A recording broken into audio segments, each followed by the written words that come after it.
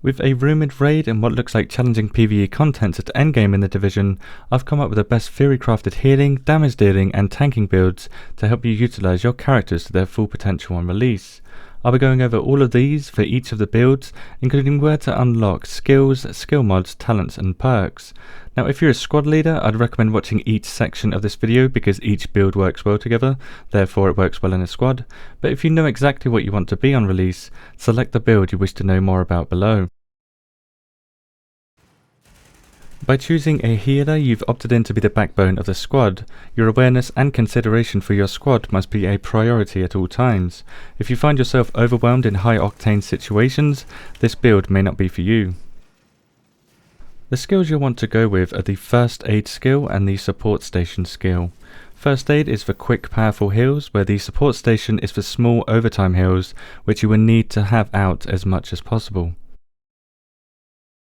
The First Aid mod, Overdose, will improve the effectiveness of this heal and overheals the target to not waste any of this great skill, and the Support Station with the Ammo Cache mod will ensure faster skill cooldowns, which is a priority for healers, and supports the damage dealers and tanks by refreshing their ammo, perfect for harder enemies.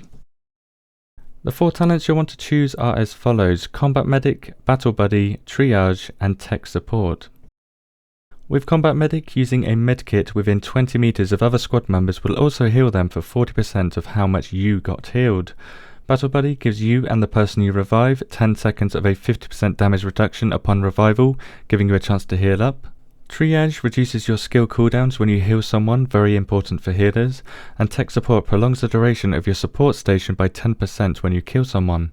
You'll want to aim to have your support station up at all times and be standing within the radius of your support station to reduce your skill cooldowns. The perk choices are the free medkit perks, soda, canned food and energy bar, with soda being your go-to consumable, reducing skill cooldowns by 30%. Your primary stat is solely electronics, which reduces skill cooldowns and improves how much your skills heal for. Note that this will also improve grenade damage, so if you want to activate your Tech Support talent, using grenades to finish off enemies is very efficient.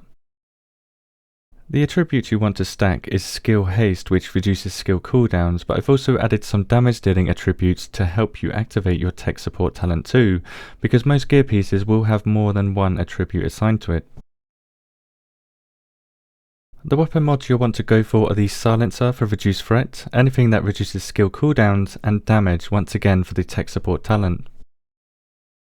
And finally for the healer build, weapon talents, of which there appears to be only 2 that improve your heals per second. Cool-headed, which reduces skill cooldowns by 2% per headshot, which will be your filler while not healing or reviving, and talented, killing a target increases skill power by 3%, which reduces cooldowns and improves the effectiveness of your heals, great when combined with Tech Support. As a healer, you'll want to stay back from the action and position yourself to see your entire squad. Increasing the size of your squad UI will help you keep track of who needs heals, and placing your support station behind cover and in a place that's easily reachable will help your squad immensely. When you are not healing or reviving your squad, you want to try and reduce your cooldowns by any means necessary, but causing damage to enemies is a last on your priority list.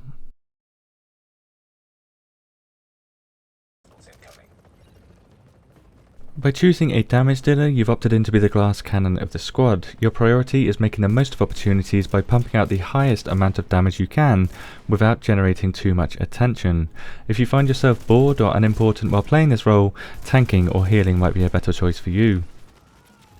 The skills you'll want to go for are Sticky Bomb and Seeker Mine. I'll explain why when we get to talents. The Sticky Bomb is fired like a pistol and remotely detonates by activating the skill again, where the Seeker Mine seeks out your focused target, great for damaging enemies while in the safety of cover.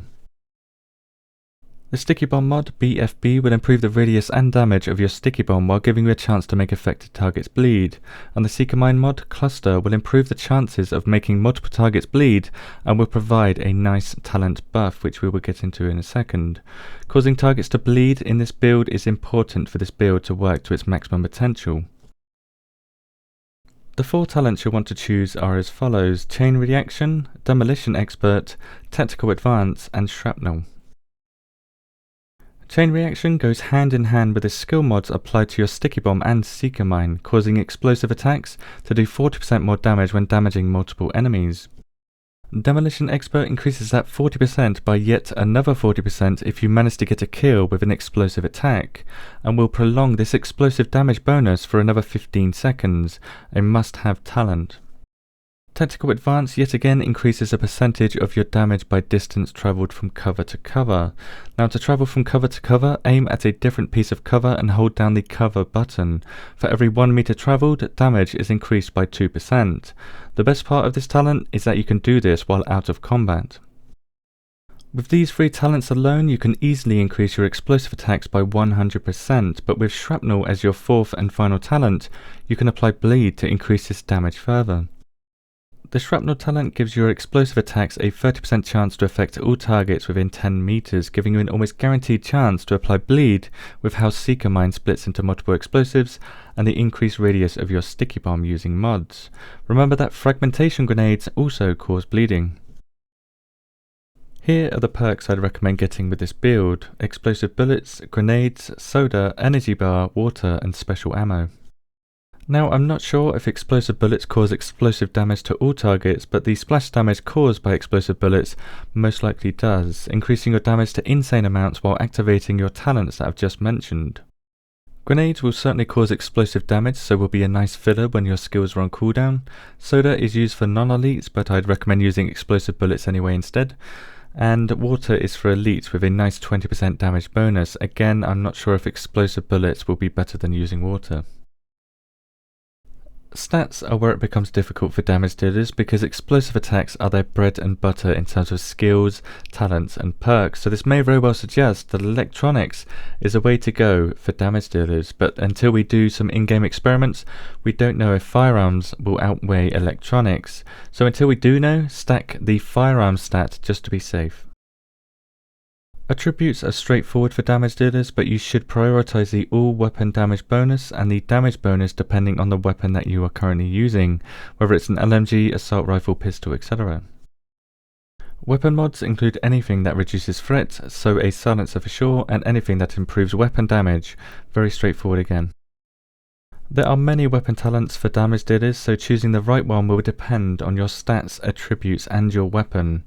For example, if you stacked a lot of the electronic stat, going for the competent weapon talent is your best bet, increasing damage by 5.5% after using a skill for 10 seconds. With rotating your skill usage, you could keep this talent up at most times. If you have a fast firing weapon, going for the harmful weapon talent is a good choice because the faster rate of fire gives you a higher chance to cause the bleed status effect, and then spread that effect to targets within 10 meters due to your shrapnel talent. And finally, if you have an accurate weapon that does loads of single shot damage like a marksman rifle, going for the brutal weapon talent will improve your headshot damage by 10%, which is a lot when you consider the bonuses of a standard headshot anyway. As a damage dealer, you want to stay between your tank and your healer and try to remain in line of sight of both of these. You will start your rotation by doing a cover-to-cover move to improve your damage bonuses, then try to time your Seeker Mine, Sticky Bomb and a grenade to explode at the same time on your enemy or enemies. After all of that, use explosive bullets to cause some insane damage. Now if you have an enemy attacking you, that's probably your fault. Always focus attacks on targets that are attacking your tank, and if you get knocked down, crawl to your healer to be revived.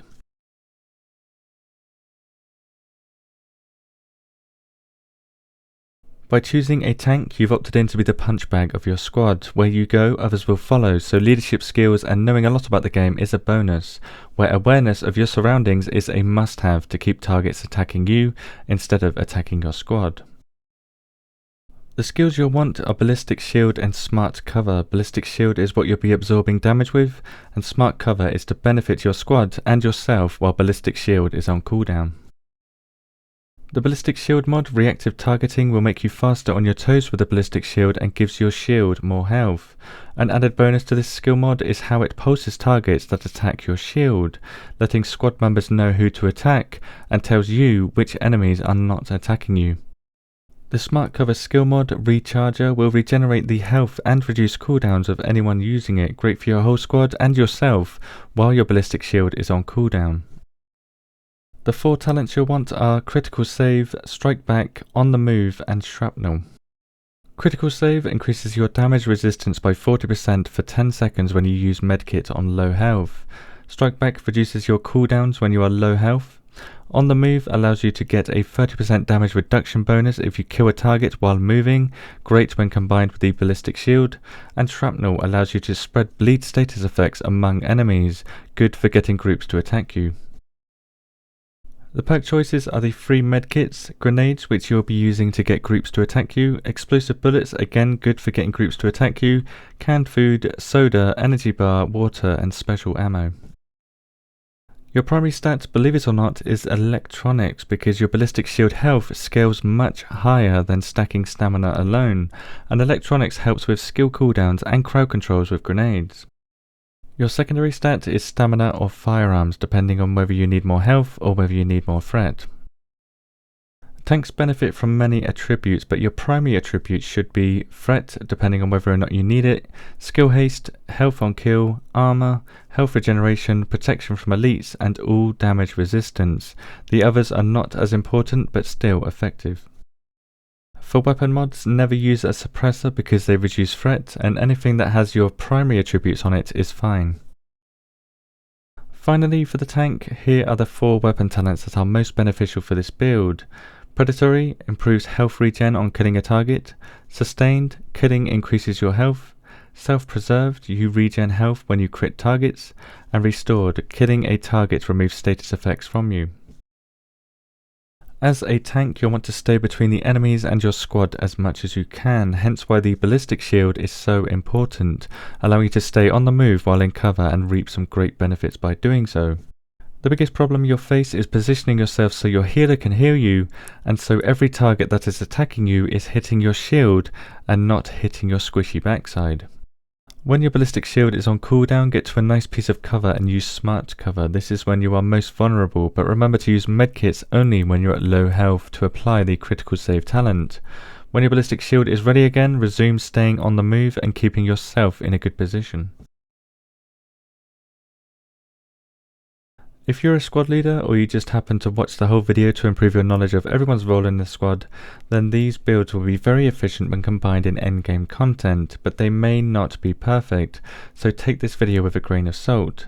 Different encounters may call for changes in your squad setup, make changes that benefit your squad, because working out how you're going to overcome a hard pack of enemies or a difficult boss is where a lot of the fun will come from in the PvE side of the division.